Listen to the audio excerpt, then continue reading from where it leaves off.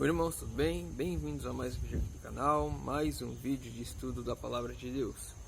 E hoje nós vamos responder a pergunta da irmã Darcilene Nascimento, e ela perguntou: hoje está sendo comum ver as irmãs da igreja usando maquiagem, unhas pintadas. Queria saber se a igreja está adotando essas coisas, ou seja, está aceitando isso, está certo ou está errado? Antes de iniciar, não se esqueçam, se inscrevam no canal, deixem seu like, isso é importante para que a gente leve essa mensagem para mais pessoas. Não se esqueçam também dos pedidos de oração que está aparecendo aqui na tela, para que possamos estar juntos orando pelos nossos irmãos. Então vamos lá, a pergunta da irmã Darcilene: maquiagem, unhas, a igreja está adotando isso é certo, isso é errado? O que a Bíblia nos diz? O que o Espírito de Profecia nos diz? Vamos lá, 1 Pedro, capítulo 3. 1 Pedro 3.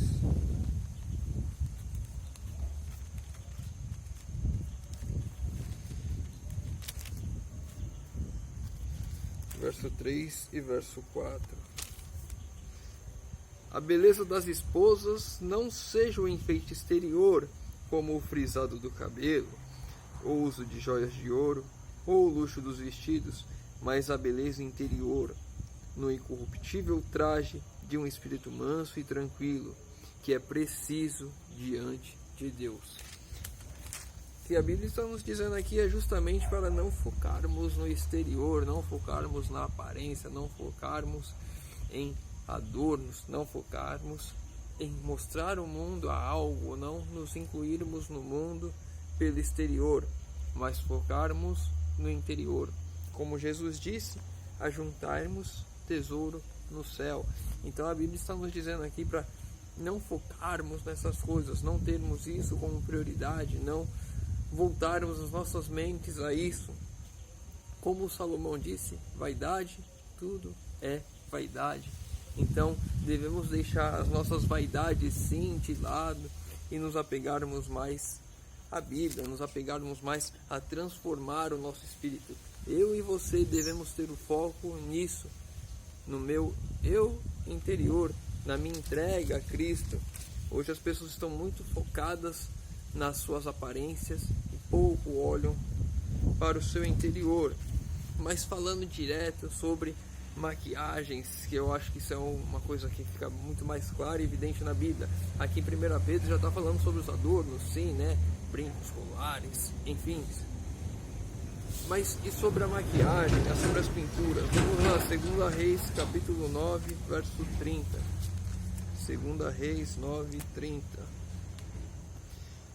Eu já passei aqui em Jeremias e já caí quase no outro capítulo que a gente vai ler. Então eu vou marcar aqui, que é Jeremias 4, verso 30.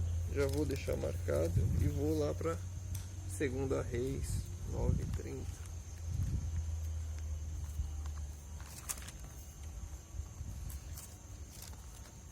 Às vezes é difícil manipular a Bíblia com uma mão só. Às vezes não, é bastante, mas a gente vai fazendo. 2 Reis, capítulo 9, verso 30.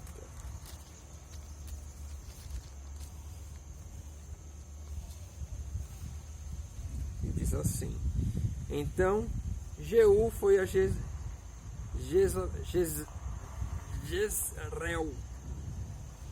Quando Jezabel o soube, pintou em volta dos olhos, enfeitou a cabeça e olhou pela janela. Jezabel, a gente conhece a história da rainha Jezabel, que se casou com Acabe, que era totalmente influenciada, ela fazia total influência sobre o seu marido, que era uma sacerdotisa de Baal, que quando Elias matou os profetas de Baal, ela foi e pediu a cabeça de Elias. Elias fugiu, ou seja, uma rainha pagã. Ela fez o quê? Pintou os olhos e foi para a janela, ou seja, ela se preparou para aquele momento. Uma cultura pagã, ou seja, aplicando a maquiagem como algo pagão. Vamos lá, Jeremias 9, Jeremias 4, verso 30, que eu já marquei aqui, que eu tinha caído no verso antes. Jeremias 4, verso 30.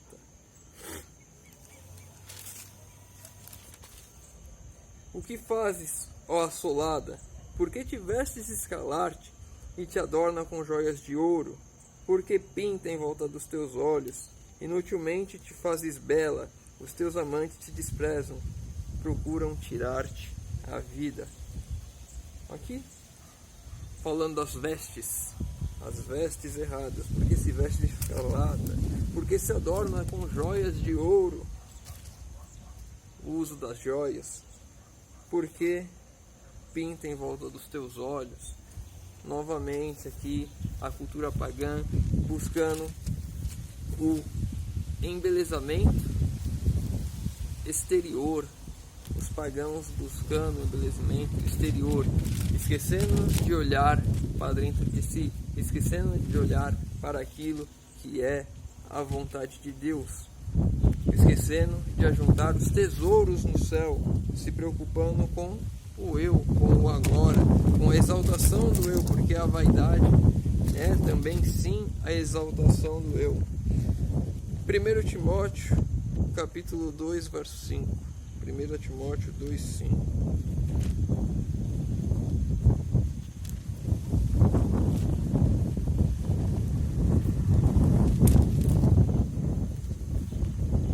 Desculpa, 1 Timóteo 2, verso 9.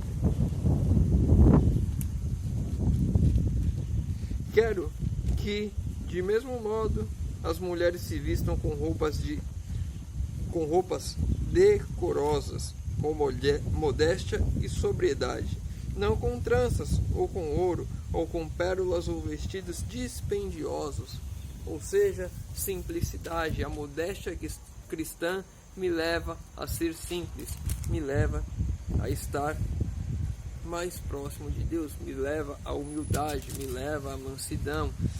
As minhas roupas devem ser roupas humildes, boas. Ellen White diz que não devemos gastar muito com roupas caras, mas sim com roupas de tecidos bons que durem.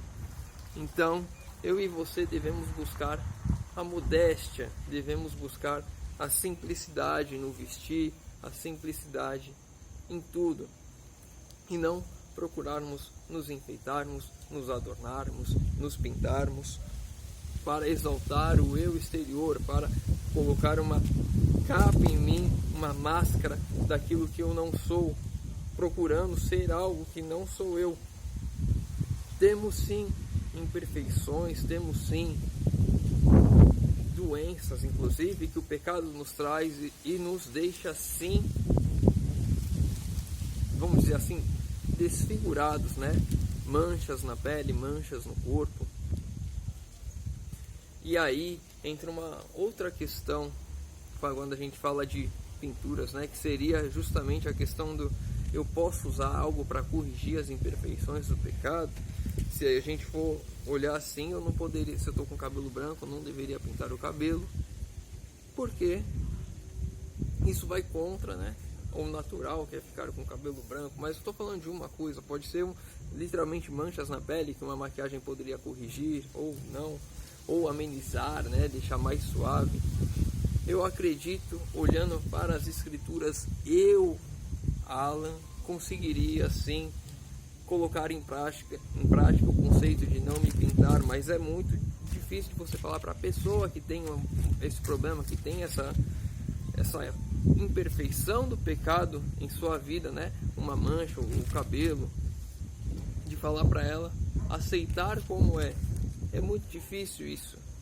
E eu acredito que nesse ponto específico, vai de cada um com Deus, aquilo que Deus consegue fazer com que você suporte, aquilo que você de fato conseguiu ter de intimidade com Deus, Ele conseguiu te dar aquilo. Eu acredito sim que com base em uma intimidade profunda com Deus, qualquer tipo de imperfeição, qualquer tipo de problema, você consiga superar com Deus. E aí você não precisa da maquiagem para isso, para esconder uma imperfeição ou a questão da idade chegando. Eu acredito que com Deus você consegue consegue superar isso. Se ainda não há esse relacionamento que você consiga, você não consegue sentir isso ainda, olhando para as Escrituras, você não consegue sentir firmeza nisso, talvez você, a sua experiência cristã, que são coisas diferentes, a forma como eu vivo vai ser diferente da forma como você vive, até o momento de fato que a porta da graça se fechar, onde todos aqueles cristãos vivos conseguirão vencer o pecado e vencer tudo, viver uma vida totalmente santa aos olhos de um Deus sem intercessor. Até aquele momento as pessoas vão ter suas lutas aqui e muitos irão sim morrer, descansar, esperar Jesus voltar antes do fechamento da porta da graça para não perder a sua salvação. E talvez esse seja um ponto que faça alguns dos nossos irmãos fiquem aqui. E eu estou falando aqui, a minha irmã perguntou sobre pinturas, né, sobre adornos, sobre maquiagem, né, unhas pintadas. Eu acabei incluindo os adornos porque estavam em alguns textos. Eu vou fazer um vídeo específico sobre adornos, que teve uma pergunta sobre isso. Então, eu acredito sim que algumas pessoas possam vir a descansar por não ter conseguido vencer isso e vão ser salvas sem problema nenhum, mas poderiam ter ficado aqui e mostrado o caráter perfeito de Deus que foi imputado a nós através de Jesus, que nós adquirimos através de Jesus, da entrega que tivemos em nossa vida. Poderiam ter mostrado isso para todo o universo, fazendo parte dos 144 mil, mas por algumas dificuldades que tiveram, descansaram, mas receberão a salvação sim no Senhor. Então, o que a Bíblia diz sobre o uso de maquiagens? Foi os textos que nós lemos agora, certo?